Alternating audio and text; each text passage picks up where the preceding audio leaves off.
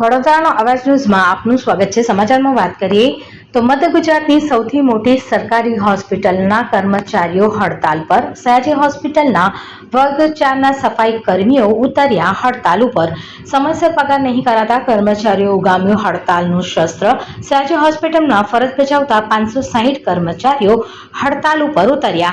કરાર આધારિત કર્મીઓને પગાર ચૂકવવામાં રાજેશ એન્ટરપ્રાઇઝ એજન્સીની આડાઈ। વર્ગ 4ના કર્મચારીઓની હડતાલને પગલે હોસ્પિટલની સ્વચ્છતાની કામગીરી પર ગંભીર અસર।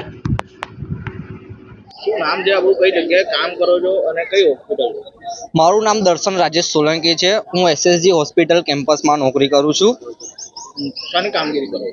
હું કેમ્પસમાં બહાર ઝાડુ સફાઈમાં છું સર। અને આજે શાના લીધે તમે વિરોધ કરી રહ્યા છો? શું માંગણી છે? આજે અમે વિરોધ એની માટે કરી રહ્યા છે કે પગાર માટે, કેમ કે અહીંયા પગારની કોઈ તારીખ નક્કી હોતી નથી।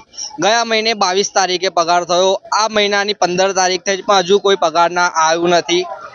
બધા કહે છે બિલ પાછા આવ્યા છે, ટેન્ડર પાસ નથી થયું, બસ આ જ સાંભળવા મળે છે। કયા કોન્ટ્રાક્ટર દ્વારા આવું કામ કરે?